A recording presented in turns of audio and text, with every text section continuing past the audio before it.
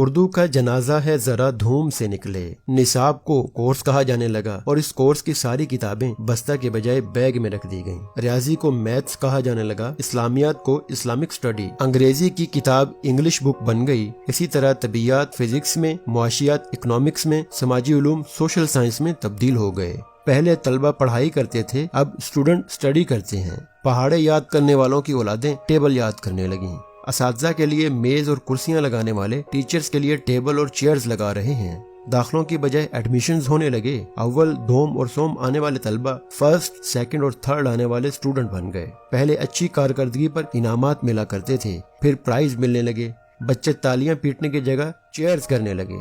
یہ سب کچھ سرکاری اسکولوں میں ہوا ہے، باقی رہے پرائیویٹ اسکول تو ان کا پوچھئے ہی مت۔ ان کاروباری مراکز کے بارے میں تعلیم کے لیے کچھ عرصہ پہلے ایک شعر کہا گیا تھا: مکتب نہیں دکان ہے، بیوپار ہے، مقصد یہاں علم نہیں روزگار ہے۔ اور تعلیمی اداروں کا ہی رونا کیوں رویا جائے؟ ہمارے گھروں میں بھی اردو کو یتیم اولاد کی طرح ایک کونے میں ڈال دیا گیا ہے۔ زنان خانہ اور مردانہ تو کب کے ختم ہو گئے، خوابگاہ کی البتہ موجودگی لازمی ہے، تو اسے ہم نے بیڈ روم کا نام دے دیا۔ باورچی خانہ کچن بن گیا، اس میں پڑے برتن کراکری کہلانے لگے۔ غسل خانہ پہلے باتھ روم ہوا، پھر ترقی کر کے واش روم بن گیا۔ مہمان خانہ یا بیٹھک کو اب ڈرائنگ روم کہتے ہیں۔ مکانوں میں پہلی منزل کو گراؤنڈ فلور کا نام دیا گیا اور دوسری منزل کو فرسٹ فلور کہا جانے لگا۔ دروازہ اب ڈور کہلایا جانے لگا۔ پہلے مہمانوں کی آمد پر گھنٹی بجتی تھی، اب ڈور بیل بجنے لگی۔ کمرے کب کے روم بن گئے، کپڑے الماری کی بجائے کپ بورڈ میں رکھے جانے لگے۔ ابو جی یا ابا جان جیسا پیارا اور ادب سے بھرپور لفظ نقیانوسی لگنے لگا اور ہر طرف ڈیڈی، ڈیڈ، پاپا، پپا، پاپے کی گردان لگ گئی۔ حالانکہ پہلے تو پاپے یعنی رس صرف کھانے کے لیے استعمال ہوا کرتے تھے اور اب بھی کھائے ہی جاتے ہیں۔ اسی طرح شہد کی طرح میٹھا لفظ امی یا امی جان اب تو ممی اور موم میں تبدیل ہو گیا۔ سب سے زیادہ نقصان رشتوں کی پہچان میں ہوا۔ چچا، چچی، تایا، تائی، ماموں، ممانی، پھوپھا، پھوپھی، خالو، خالہ، سب کے سب ایک غیر ادبی اور بے احترام سے لفظ یعنی انکل اور آنٹی میں تبدیل ہو گئے۔ بچوں کے لیے ریڑھی والے سے لے کر سگے رشتہ دار تک سب انکل بن گئے، یعنی محمود و ایاز ایک ہی صف میں کھڑے ہو گئے۔ ساری عورتیں آنٹیاں بن گئیں۔ چچا زاد، ماموں زاد، خالہ زاد، بہنیں اور بھائی سب کے سب کزنز میں تبدیل ہو گئے۔ نہ رشتے کی پہچان رہی اور نہ ہی جنس کی۔ نہ جانے ایک نام تبدیلی کی زد سے کیسے بچ گیا۔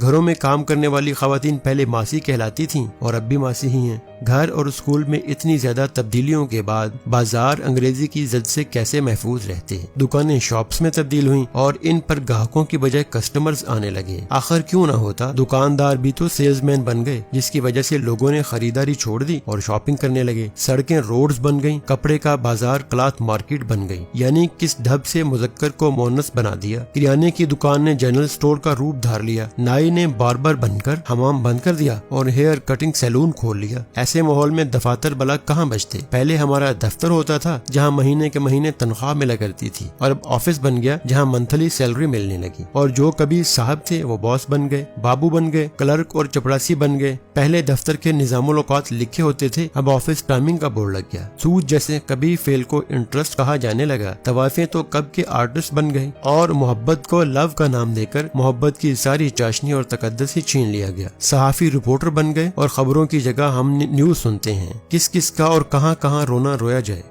اردو زبان کے زوال کی صرف حکومت ہی ذمہ دار نہیں، عام آدمی تک نے اس میں حتی المقدور حصہ لیا ہے، اور دکھ تو اس بات کا ہے کہ ہمیں اس بات کا احساس تک نہیں کہ ہم نے اپنی خوبصورت اردو زبان کا حلیہ مغرب سے مرعوب ہو کر کیسے بگاڑ لیا ہے۔ وہ الفاظ جو اردو زبان میں پہلے سے موجود ہیں اور مستعمل بھی ہیں، ان کو چھوڑ کر انگریزی زبان کے الفاظ کو استعمال کرنے میں فخر محسوس کرنے لگے۔ ہم کہاں سے کہاں آ گئے اور کہاں جا رہے ہیں؟ دوسروں کا کیا رونا روئیں، ہم خود ہی اس کے ذمہ دار ہیں، دوسرا کوئی نہیں۔ بہت سے اردو الفاظ کو ہم نے انگریزی قبرستان میں مکمل دفن کر دیا ہے اور مسلسل دفن کرتے چلے جا رہے ہیں، اور روز بروز یہ عمل تیز تر ہوتا جا رہا ہے۔ رکیے، خدارا رکیے، اردو کو مکمل زوال پذیر ہونے سے روکیے، اور اگر مناسب سمجھیں تو قوم کو بیدار کرنے میں، اس پیغام کو آگے سے آگے پھیلانے میں اپنا حصہ ضرور ڈالیں۔ قومیں اپنی قومی زبان کو پروان چڑھا کر ہی ترقی کرتی ہیں، اور موجودہ زمانے میں یہی سکہ بند اصول ہے۔ جاپان، روس، اٹلی، فرانس اور چین اس کی زندہ مثالیں ہیں۔